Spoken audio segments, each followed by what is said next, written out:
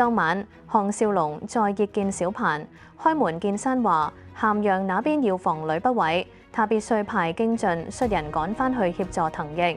小盤想佢都冇藉口，唯有一口應承。一來，項少龍就可以名正言順安排船隻同接應，唔怕俾人起疑去查。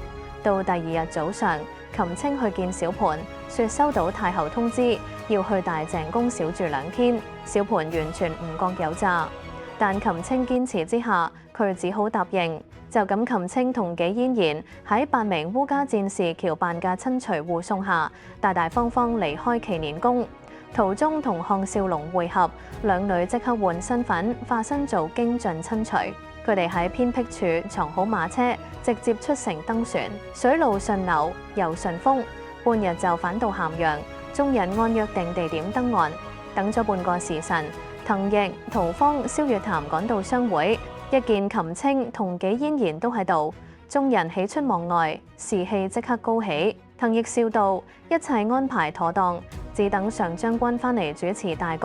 項少龍笑住一拳打落滕奕粗臂，二哥都嚟耍我，心情好到咁。今次我哋得2日時間，必須即刻行動。紀嫣然問蕭月潭：陶總管嗰邊有咩消息？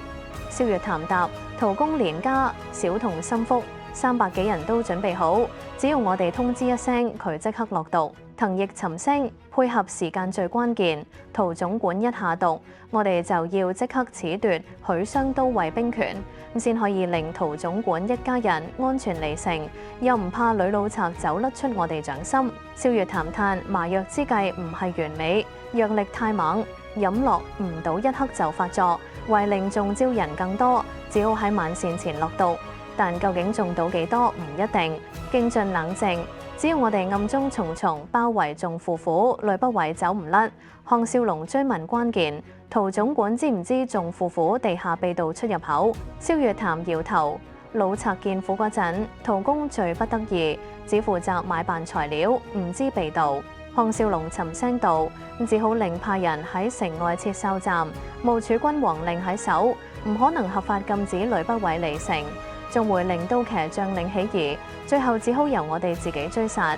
佢轉向禽青，語氣柔咗：青子，你而家由陶公陪你返府，揀好要帶去塞外嘅人，其餘遣散，之後即刻趕赴牧場，等我哋佳音。禽青感受到山雨欲來嘅壓迫，咬住下唇點頭。項少龍心內滿是憐惜。紀嫣然轉問滕奕：附近有冇發現敵蹤？眾人都明佢指嘅係慰遼嗰4萬大軍。滕奕反而疑惑：就係奇怪，我一啲都察覺唔到佢哋蹤影。蕭月潭分析：我哋同時間賽跑，照我睇，慰遼大軍應該住喺上游某處，等嬴政指示，隨時短時間內開到咸陽。只要我哋快，應該可以喺佢哋到之前走甩。項少龍一甩手，將顧慮全部拋開，行動時間到，眾人轟然應諾。項少龍形容烏果外貌入城，直奔都騎官署，先回復本來面目，再召集留駐禁軍同都騎大小將領100餘人，出示府符，聲明奉儲君之命返嚟，統領都城3軍，防有人叛亂。仲將對呂內勾結早有耳聞，加上項少龍一向係儲君心腹大將，聲望極高，又有府符佐證，根本冇人敢疑。仲將齊聲效命，誓死聽令。佈置一妥當，項少龍即刻帶隊朝都尉官署趕去。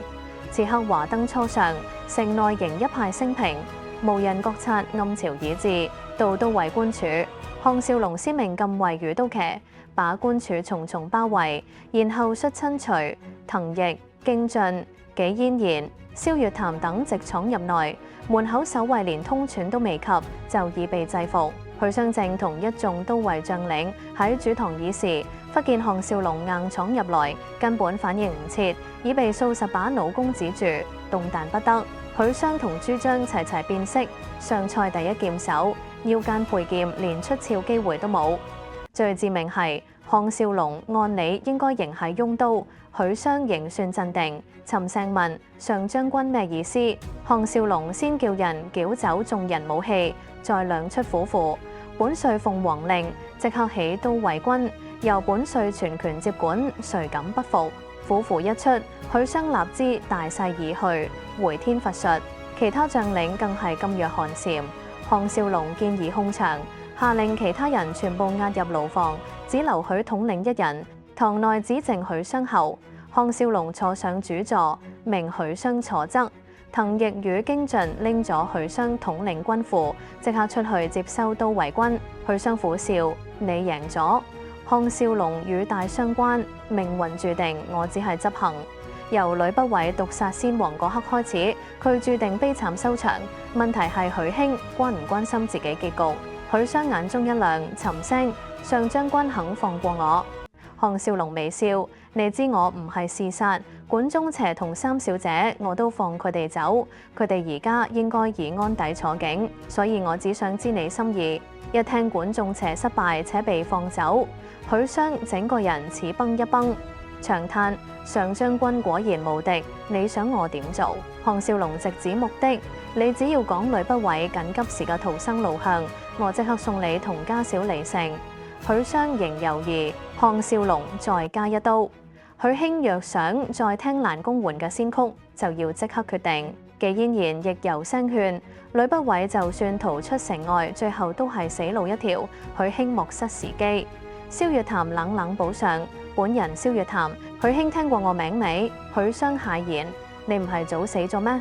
蕭月潭眼神狠：唔詐死，呂不韋會放過我？你以為佢真器重你？做佢手下只係棋子，隨時棄隨時殺，你明唔明？許商終於屈服。眾庫臥房有條秘道入口，可通往城南百通街一所大宅。我知嘅就咁多。項少龍霍然起立等足10年，斬呂不韋大仇終於到手。眾人圍到地道出口，卻大惑不解。2個時辰前，陶仙、大京俊、滕奕等衝入眾庫府，欲盜這片地，偏偏填唔到。呂不韋顯然由秘道走咗，但直到此刻，城外哨站仍冇任何呂不韋離城報告。難道佢竟敢躲返城內？於理不合。京俊急道：變守全城。陶仙卻更老道：不如先守呢間空宅。依我推測，必另有秘道通向城牆附近住宅或倉庫，再由嗰處出城。滕奕揮手，手下即刻展開搜查。紀嫣然嘆：若真係咁，我哋棋差一注。城外哨崗只睇住幾個城門出入道。蕭月潭卻道：屢賊必捨不得珠寶財物，走地道更遠更慢。我哋不如賭佢一鋪。佢已出地道，改走陸路逃往邊境，因為咸陽水路已被我哋控住。項少龍當機立斷，唔洗手，立即出城。項少龍一眾大烏家200幾戰士輕騎全速離城，向趙境方向馳去。唔消一陣，就喺離城離許處發現腳印遺痕，仲有車輪印特別深，顯然載寵物。眾人精神大振，京俊卻皺眉。單睇腳印，對方人數超過2000，實力遠超我哋。滕奕大笑：逃兵何足言勇，其中必有婦孺，唔使驚。項少龍正色：呂傅家將唔乏高手，我哋銜尾追去，佢哋聽到蹄聲就估到我哋虛實，必回頭死拼。我哋未必會輸，但傷亡難免，唔係上策。紀嫣然提出更精準打法，若能預估路線，憑我哋馬快先到前頭切伏，迎頭痛擊，對方唔知我哋人少，勝算十足。陶仙最清楚呂不韋指路依足印方向，佢哋應逃往下游大鎮吳昌，嗰度鎮守係佢心腹，可乘船順水東去，不然靠腳力走得幾遠。滕奕大喜，去吳昌必經狂風峽，我哋繞道策馬，2個時辰內就到，就喺嗰度恭候眾庫爺大駕。項少龍大笑：種咩因結咩果，若冇陶爺照罰呂老賊，呢次就功虧一簣。陶仙笑：滕將軍請領軍先行。200幾騎將旋風般先走。黎明前黑夜，一隊長約3000人隊伍，正入狂風峽，只靠幾支火把照路，隊形一眼就睇得出心慌意亂。708落斷成幾節，首尾不相顧。婦孺遠遠墮後，跌倒都冇人理。眾人雖痛恨呂不韋，見此景亦難免心酸。項少龍問：我只要呂不韋條命，點樣喺隊伍入面認出佢？蕭月潭冷笑：以佢自私性格，必走最前。又指對頭幾輛手推車，其中一架坐的多半就係佢。項少龍定下規矩，等前隊百多人過咗，再用木石截斷出口，重用擒人。除呂不韋外，其他人要走，任佢走。前隊剛出峽口，上方崖頂忽然滾下樹幹與巨石，塵屑漫天，轟隆震耳，一下就把隊伍生生截斷，兩邊人亂成一團，哭喊震天，四散逃命，跌倒互踩，恍如末日。出峽口者正四散奔逃，四周忽然火把光亮起，200名烏家戰士策馬由四方八面湧出，眾人放過背重物逃命者，只向由10多親隨護衛亡命奔跑的呂不韋圍上去。霎時間，呂不韋被重重包圍，陷入絕境。佢站喺家章圓陣核心，面色蒼白如死人，喘到連聲都斷。項少龍帶陶仙、蕭月潭、滕毅、京進、紀嫣然等排眾而出，騎喺馬上厲喝：呂不韋，當年你派人偷襲我哋，殺我妻婢手下，你有冇諗過今日？呂不韋見到陶仙、蕭月潭，怒恨交迸，指住2人震聲：好，枉我厚待爾等，竟聯同外人對付我。陶仙吐一口言，咬牙切齒：收你臭嘴！呢句應該我對你講，枉我忠心，你為使嫌疑，隨便犧牲跟我多年出生入死嘅兄弟，你仲算人？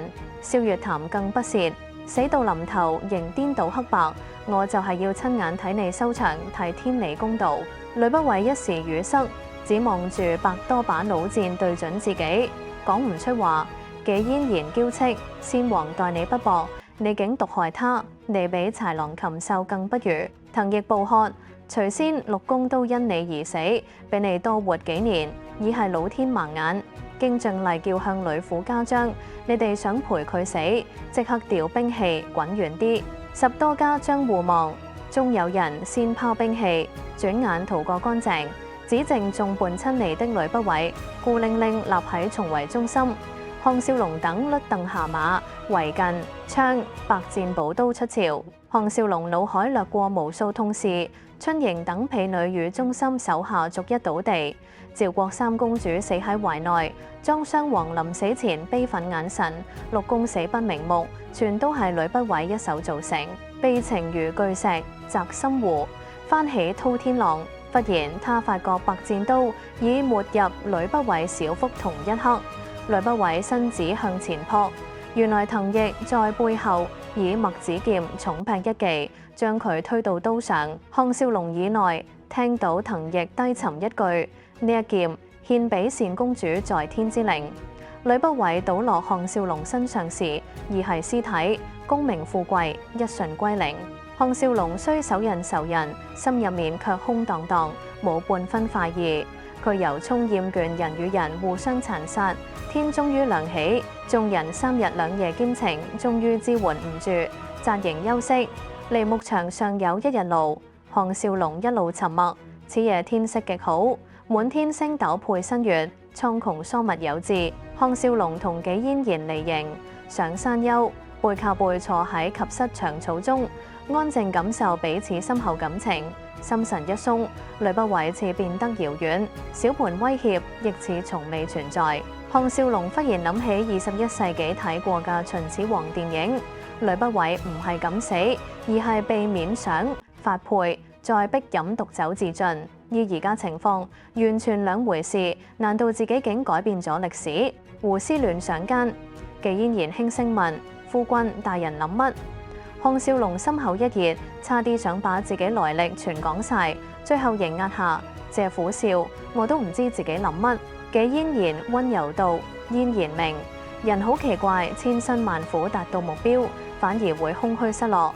幸好感情唔係咁可以與時並進如心，但亦可能反目成仇。項少龍點頭，單聽你講說話已係享受，能與嫣然終老塞外，夫復何求？紀嫣然轉入佢懷，枕住佢肩望星兒，低低道：自昨日開始，認證已成正式秦軍，不知內矮同太后是否？嫣然唔該提呢啲。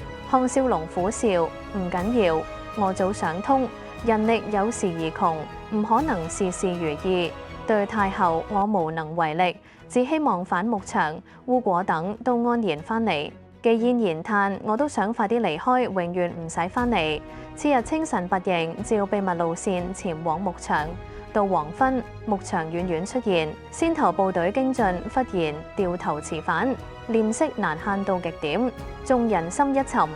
經進沉聲，牧場俾人重重包圍，星月下大地迷惘，眾人伏高處俯察，牧場城堡外遠處，營壘處處，數萬秦軍把城堡圍得水泄不通，但城堡完整無缺，敵人似未發動攻擊。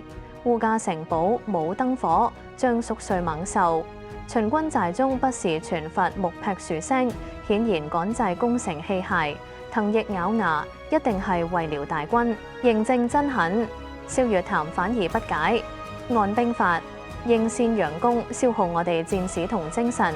點解佢哋按兵不動？紀嫣然想到城堡內擒青同不足100人兵力，咬到下唇滲血。為遼等我哋返嚟，幸好佢哋唔熟地形，想唔到我哋會由呢條路潛返。項少龍心頭一動，呢係原因之一。更重要係嬴政要親自嚟秘密處置我哋，確保消息唔外泄。蕭月潭細看秘道入口，發現仍在敵營與工事之外，鬆口氣，趁嬴政未到嘅寶貴時間，由秘道返城堡，立即率眾離開。眾人當然即刻行動。半個時辰後，佢哋神不知鬼不覺回到城堡。項少龍將擒青攬入懷，恍如隔世。戰馬亦因受過秘道進出訓練，冇發出聲息，敵人仍蒙在鼓裏。藤翼忽然失聲，咩話？烏果佢哋仲未返？項少龍心頭劇震，輕推開擒青駭言，冇理由。屠方黯然接口，睇嚟烏果出事。敵人昨晚突然4方8面湧到城外，幸好一直按兵不動，否則我哋都唔知守定走。蕭月潭臉色凝重。我哋要即刻撤，地道只可瞞一時，遲早俾佢哋發覺，到時想走都走唔到。項少龍斷言分批走，我無論如何都要等到敵人真正發動攻勢嗰刻先走。周眉已失去兄長，我唔想佢連心愛丈夫都失去。陶仙卻哈哈笑，要走就一齊走，一齊試向老天爺心意。眾人登城牆，遙望敵陣像漫山螢火，實力懸殊，根本冇得拼。加上一路趕路成疲兵，未打已知必敗。藤翼望敵營佈置，為遼精於兵法。蕭月潭嘆，嬴政想得周到，調嚟呢批同少龍毫無關係嘅外戍兵，佢哋攻邊座城都可能糊裡糊塗，更易下手。經進賓上來請示，馬兒要唔要先帶去預定秘谷，圖時方便。紀嫣然建議，不如我哋先溜去秘道入口附近，盡最後人事等烏果，總好過被困城中，一旦要走都走唔切。眾人望住項少龍，項少龍知妻言有理，近600人馬糧水，要無聲無息全體由地道離開，冇1、2個時辰做唔到。佢勉強點頭，好。經進即去安排。藤翼忽然劇震，指向遠處，嬴政嚟鬧烏果，佢哋都完咗。眾人駭然望去，一條火龍由遠而近，遠遠進入敵軍睡將營地。項少龍當機立斷，暴喝即刻撤走。咚咚咚，戰鼓響起，眾人面面相覷。嬴政連夜趕到，連水都未必飲得上一口，就即刻下令進攻。可見佢要殺項少龍，決心幾堅。項少龍面如死灰，低低一句：小頻，你太狠心。紀嫣然冷靜得近乎殘酷，棄馬，我哋只能用雙腿逃，唔係來唔切。眾人立即領命，4方8面壓倒性兵力，正逼近城堡。眾人心一路沉落去，就算由秘道走得甩，都似重蹈呂不韋覆轍，敵騎腳程快幾倍，遲早追上。若呢係報應，老天爺就真係太無情。城門被撞破嗰刻，項少龍先發覺仲有一半人未入到地道，冇辦法，佢即刻下令所有人備入新起好嘅衣冠冢當掩護，隨即命人把特厚大鐵門重重關上，盡量爭取多啲時間俾地道入面嘅人撤走。最好嘅情況當然係小盤，以為佢哋早就朽咗，索性放棄搜索。但人人都知呢個只係妄想。成座城堡嘅人忽然消失，傻嘅都知一定有通往外面嘅秘道。為了約唔到地道，點同新登基嘅秦王交代？總堂內眾人你眼望我眼，睇住戰士一個接一個魚貫鑽入地道。外面喊殺聲、馬蹄聲越嚟越近，越嚟越響，人人心急如焚，但又只可以聽天由命。隆隆聲不斷，敵人破門入屋，逐間守緊。砰！大鐵門終於傳來第一次撞擊聲，眾人心頭一緊敵人嘅魔爪伸到嚟呢度啦，撞咗幾下武功，外面忽然靜落嚟。呢種靜反而更可怕。所有人都估到下一輪敵人會推撞車、砸叉木，硬生生撞開道門。一刻鐘，槍刀似永逝。總堂內，項少龍、紀嫣然、滕毅、京俊、陶仙，連同10幾名烏家戰士，全部祭出老弓，靠住大門埋伏，準備拼死守門，目的得一個，拖多一刻，就多一刻人命可以走甩。呢時除咗佢哋，仲有30幾人未入地道。幸好當日設計地道，特別加強通氣，否則咁多人逼埋一齊，未出到去已經悶死。項少龍不由自主抬眼望向墓堂正中供奉住嘅靈牌小盤生母倪夫人，佢心入面苦笑：妮兒，你有冇諗過有一日我項少龍會俾你個愛兒親手逼死？嗡！整座總廟猛然一震，大鐵門仍然紋風不動。轟！再一下，3支鐵山同時向內彎曲，門色擴大，火把光透入，外面嘅喊叫聲一下子變得真切，像潮水一樣湧入總堂。呢刻除咗守門嗰批人，其餘全部已入地道。項少龍一聲低喝，快退入去，冇人敢慢，眾人蜂擁而入，仲未及合上地道上方鐵蓋轟然巨響，兩扇大鐵門連住部分磚石，頹然倒塌，塵灰四起。項少龍、滕毅、京俊、紀嫣然4人守喺地道入口，身形一移，避到火光照唔到嘅暗處，準備見人就殺。佢哋不得不肯，成條地道塞滿人，一旦俾敵人鹹尾追入，冇人走得甩，延遲多一刻，活命機會就大一分。火光影落地道口，上面忽有人起叫，入口喺呢度，佢哋連蓋都未及合，4人心中叫苦。但下一瞬，總堂外忽然鴉雀無聲，接住傳來跪拜禮叩之聲。項少龍4人對望，多半係小盤龍駕。果然一把沉厚有力嘅聲音響起，像係向君王稟奏。大王明鑑，剛才微臣貼地聽聲，發覺叛賊尚未離開地道，只要灌入濃煙，保證可殲除部分叛賊。然後微臣再遣人循最接近總務嘅城牆方向守過去，找到出口，應可把叛賊一網成擒。下面4人聽到牙都癢，又惶恐到心跳亂晒，偏偏一籌莫展。呢個用兵用心都毒辣嘅人，10成就係為了。更令人心寒嘅係，嬴政竟然出奇地沉默。忽然，噗一聲，有人跪地。緊接住，李斯戰聲響起，大王開恩。為了似乎一愣，廷尉大人。跟住總堂外出現一陣古怪嘅沉默。為了再催，大王請立即頒令，否則時機一去不返。又乾咳一聲問道：大王為何只看着這裏供奉的靈牌？地道內4人心頭一震，小盤正呆呆望住倪夫人嘅靈位。呢一刻，項少龍算得極準，除佢哋外，其餘人已越過地道中段，仲有2刻左右應該可以切到出口。但如果小盤點頭灌煙，佢哋照樣死路一條。終於，小盤熟悉嘅聲音響起，冷得像刀。衛興同其他人全部退出去，只留李興一人。為了愕然，大王，小盤猛喝退下，足音雜答，眾人退去。總堂外只剩2人。小盤沉聲問：像問天下，也像問自己，如何可教天下人唔談論呢件事？李斯答得異常果斷：只要大王征服6國，統一天下，到時大王之令，遍行大地。艷遇誰敢提項少龍3字，誰就斬首，必然人人禁口。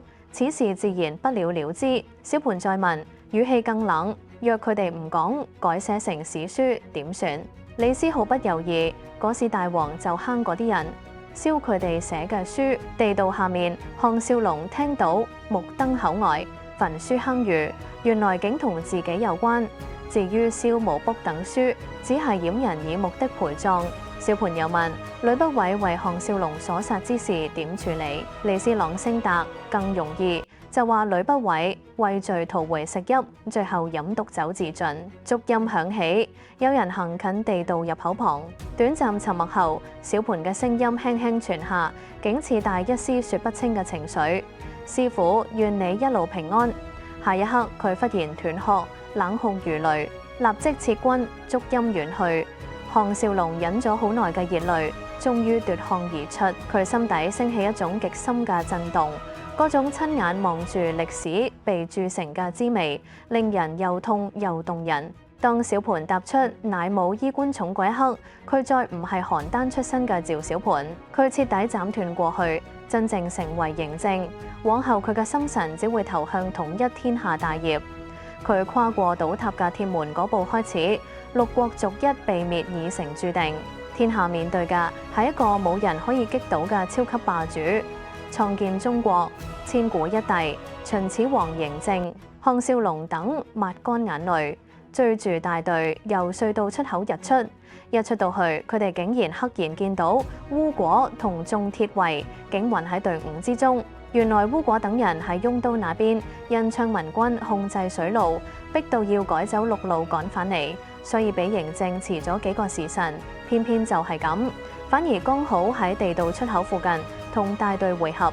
烏果同時帶嚟消息，內瓦已被車裂於市，朱姬為他所生兩個兒子被活生生焗死。呢啲係王翦話俾佢哋知。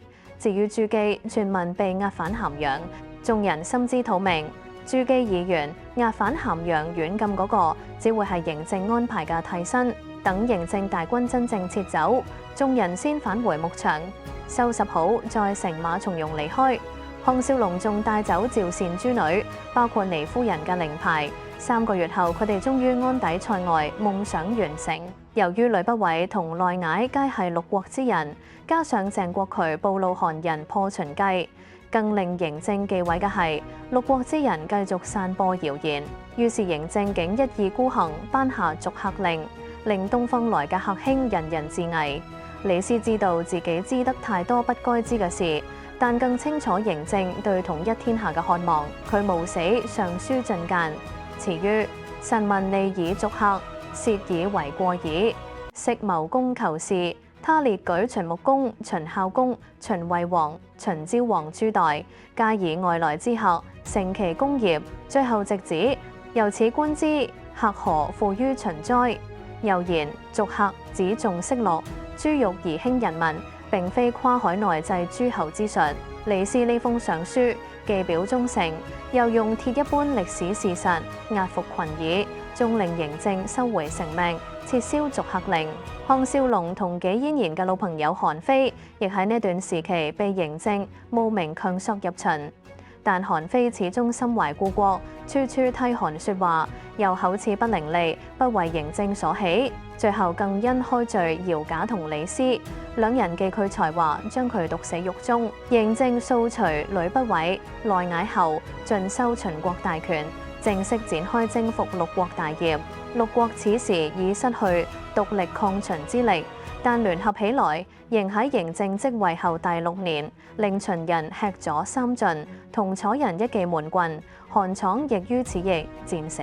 田單失去呂不韋支持後失勢下台，齊國從此小結財。嬴政學精咗，改採李斯同魏遼之計，以賄賂、離間、分化等手段，逐一擊破六國。秦王政14年，韓王安先臣服。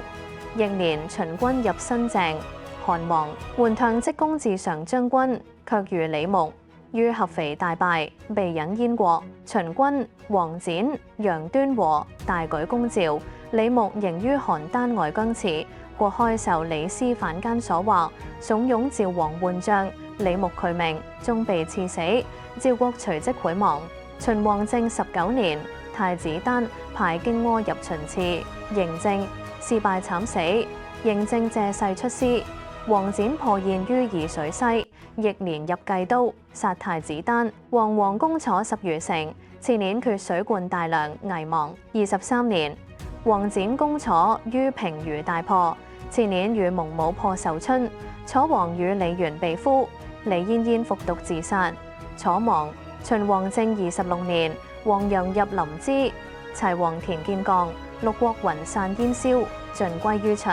嬴政仍記得項少龍曾提過始皇帝3字，於是命群臣2號，眾臣當然大讚。嬴政遂自號始皇帝，廢分封，分天下為36郡，收天下兵器鑄金人12，統一度量衡，定幣制，車同軌，書同文，徙天下富豪12萬戶於咸陽，確立日後中國規模。當嬴政登上始皇帝寶座，宏偉懷清台亦同時建成，子民以為係帝君懷念寡婦清而建，只有李斯、王翦等極少數知情者，才明白嬴政其實係懷念已遠離中土嘅項少龍。塞外草原，藍天白雲下，大地喺馬蹄下飛快倒退。項少龍同烏卓、滕奕、京晉3位兄弟，忘情係綠草如茵、一望無際嘅大草原，全速策騎飛馳。前方半里許，一群近1000頭野馬受驚北逃，4人口中喝叫，甲馬轉向追上去。佢哋分2組，一組繞前逼馬領袖改向，另一組由後趕逼，追逐一陣，野馬被逼入河，又向對岸。項少龍勒馬大叫：孩兒們，睇你哋本領那！對岸忽然現出烏果、烏延柱、趙大、劉巢等100多人，人人手持繩索，興高采烈等野馬送上門。項少龍看得心癢，讚嘆：大哥真識揀地方，呢度河流灌溉，水源充沛，土壤肥沃，牧草茂盛，真係人間盛景。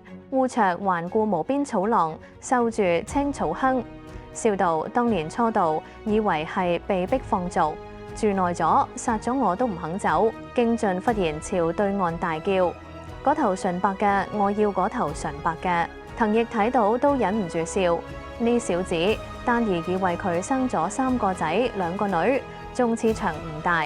黃昏，眾人滿載而歸，辭返今次出售營地。紀嫣然、禽青、烏廷芳、趙志、田正、田鳳、周眉、單蘭、陸丹兒等坐喺斜坡上，望住鋪下草地30幾個12至15歲少年男女策馬追逐馬球，笑聲直衝雲霄。其中一個係項寶儀，佢比其他孩子更粗壯，頭戴鷹羽帽，濃眉大眼，個性十足。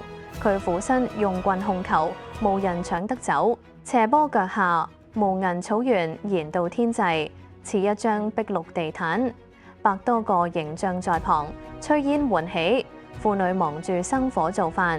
陶倩同蕭月潭席地閒聊，目光不時巡過來。眾女看到精彩處，拍手歡叫。尤其烏廷芳同陸丹兒叫得最響。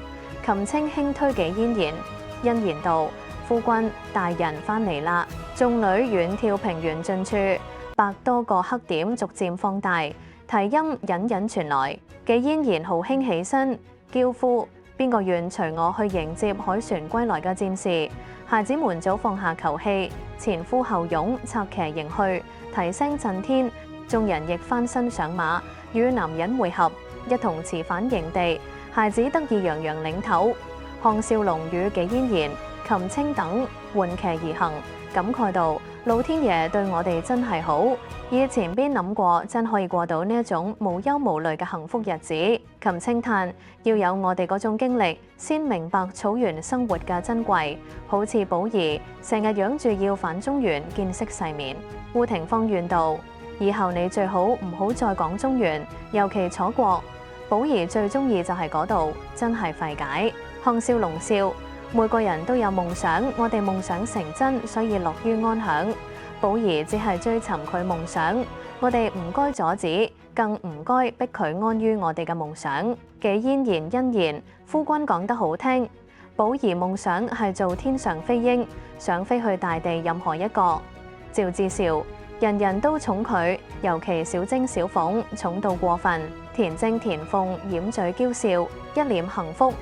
紀紀嫣然忽然想起，差啲忘記同你呢個爹講，寶儀嫌自己名太孩子氣，要改名。項少龍毫不介意，改乜都得，只要姓項。滬廷芳揚稱，寶儀係我改㗎，嗰係乳名嘛。紀嫣然續道，我見佢咁愛英，提議俾佢起個英嘅別字。項少龍大笑，項英都唔錯。琴清卻搖頭，你呢個做父親真係唔知孩兒諗乜。佢言英字似禽獸，怕人笑，自己改咗個乳字。項少龍猛然勒馬停下，失聲咩話？眾女與滕奕等人齊齊停住，全部望住佢。紀嫣然奇道：你點解項羽唔好聽咩？項少龍心內掀起滔天巨浪。項羽唔就係同劉邦爭天下，最後同虞姬自刎烏江嘅楚霸王項羽，係巧合同名，但按時間推算，又似乎完全可能。歷史上秦朝二世而亡，嬴政自立為皇后37年，南秦病死沙丘，秦二世3年亡國。到嗰時，自己兒子項羽就30幾歲，正值壯年。雖然史書上嘅項羽出道型弱冠，背景亦截然不同，但史書有幾準，項少龍比任何人更清楚，因為佢親身印證過，歷史會被人改寫，亦會被人燒毀，亦會被人沉默。眾人叫喚聲把佢驚醒。紀嫣然疑惑：你唔中意呢名，寶儀好中意，你要佢改名，我哋唔會同佢講，你自己同佢講。項少龍回過神，腦海一瞬閃過荒謬念頭，要唔要先同寶儀講？遇到一個叫劉邦嘅人，就即刻揮刀殺咗佢。但轉念又想，即使自己知道歷史走向，最終不仍改變唔到。命運從來唔因人的努力意志而轉一分一毫。人以為自己創造命運，只因根本唔知命運去邊。更諷刺嘅係，自己一個兒子小盤建立大秦帝國，自己另一個兒子項羽將來卻可能親手毀掉他。琴清皺眉，夫君大人諗乜？項少龍忽然哈哈大笑，我想通啦。滕奕隔住唔遠問，三弟想通咩？項少龍豪情一陣，大聲道：項寶儀以後就係項羽。眾人齊聲失笑。紀嫣然一臉不解，呢樣都要想通。項少龍俯身湊過去，向咗紀嫣然粉臉一口，笑道：我想通嘅係成又如何，敗又如何，成功失敗根本唔重要，只要轟轟烈烈活過，喺歷史留低千古不滅嘅美名，就唔負此生。眾人更茫然，點會知佢講緊嘅係自己兒子，將來或成千古楚霸王嘅影子。項少龍豪情萬丈，哈哈大笑，策馬奔出，放蹄追向前方早走遠嘅項羽。一眾孩兒，眾人見狀齊齊催馬跟上，人馬與大地融成一體。落日壯麗霞彩之下，成咗一幅滿載幸福與笑聲嘅畫卷。